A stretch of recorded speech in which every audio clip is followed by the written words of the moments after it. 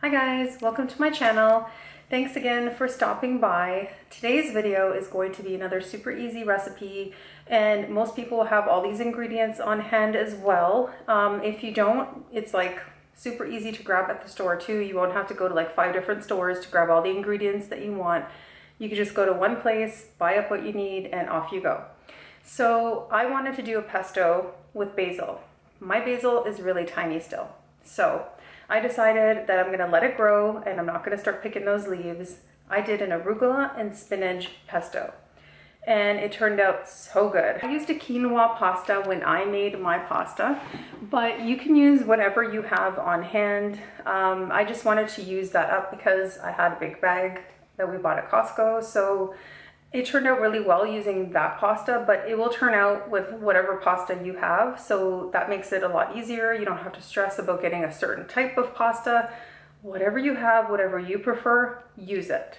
It will work. So this pesto, you can also put on like veggie burgers if you wanted to as a topping. You don't have to just use it on pasta. You could just use it as a condiment if you wanted. And it's really fresh and really, really tasty. It will last in the fridge if you put extra in a jar. Just what I like to do is I put the date on so that I could be mindful of when did I actually make it and how many days do I realistically have, you know, in order to use it. I don't use any oil, so usually if you have oil in it, it will kind of last a little bit longer, I feel, but we're not using oil. So just be mindful, date it, put it in the fridge, and then again, you can use it on a whole bunch of different things if you wanted to. So yeah, this pesto is nut-free and it's oil-free. It is made with wholesome ingredients, and guess what? It actually tastes really good. You don't need all of the oil. Like when I watch people make pesto, it like stresses me out. They're just like pouring the oil in, pouring and pouring and pouring the oil in, and I'm like, that's not healthy. People believe that it's healthy. You do you, but I won't use all that oil, I'm sorry. Also, I don't want all those calories. I want to eat large volumes of food, and I don't want huge amount of calories associated with that volume of food. I'm a volume eater. I eat big portions, but I eat the right types of food. So if you don't eat pasta, because that is refined, of course, that's fine. You can even put it on potatoes. If you just do potatoes in the pressure cooker and you put some of the pesto on top, it tastes so good.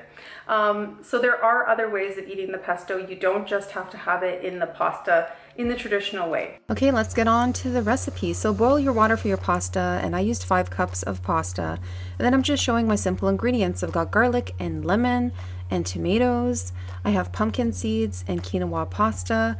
If you want to use sunflower seeds instead of pumpkin, they will also turn out really well. I use both, but today in this recipe I'm using pumpkin seeds. And then of course my arugula and spinach, which is the star of the show, and that's what I'm using to make my pesto.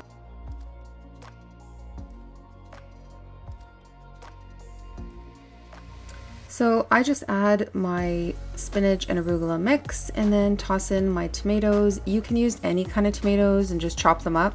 All I had was these grape tomatoes, so that's what I'm using, and then garlic cloves. So I say 5 cloves, but you be the judge of how much garlic you can handle. And because I ran out, I actually used the cloves of garlic, and I also used minced garlic, but I prefer the cloves. Use that. Just the flavor will be much better. So I added the lemon juice, and now this is the pumpkin seeds going in, and then you see me adding more garlic because I only had 2 big cloves and that's not going to cut it. So you're just going to pulse the ingredients and just get everything incorporated really well, and then you can go ahead and add the nutritional yeast, and that is going to just make this pesto amazing. The consistency will be amazing in the taste once you add that in as well. And then just season with salt and pepper if you use salt and pepper. And that's it. Like, it's super simple. So I made this pesto for my parents and they absolutely loved it. They both asked me to make more, and they couldn't believe that it's oil free because they've only had pesto with oil, and they said, you know, we just feel better after eating this pesto. Our stomach is not bloated and it tastes really good. Like, they were just mind blown that there's no oil in it. And so I think this is going to be one of my new staple meals that I make for my family and as well as my parents. because it is, again, healthy and it's very, very easy to make, and I can just make it really quick when I'm in a pinch and don't know what to make for dinner. This is something that is really easy because almost everybody always has pasta at home as well. So this pesto was enough for my 5 cups of pasta.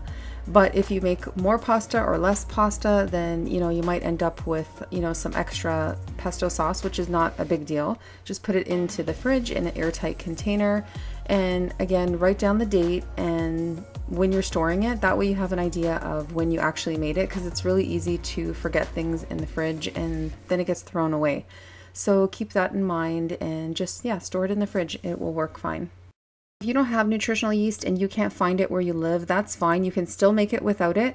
I just feel like adding it will kick this recipe up a notch, and it makes a difference for me. But again, if you don't have it, it's not the end of the world. It will still taste really, really good. Thanks so much for watching, guys. And if you haven't already, please subscribe to the channel. That way you don't miss any upcoming videos.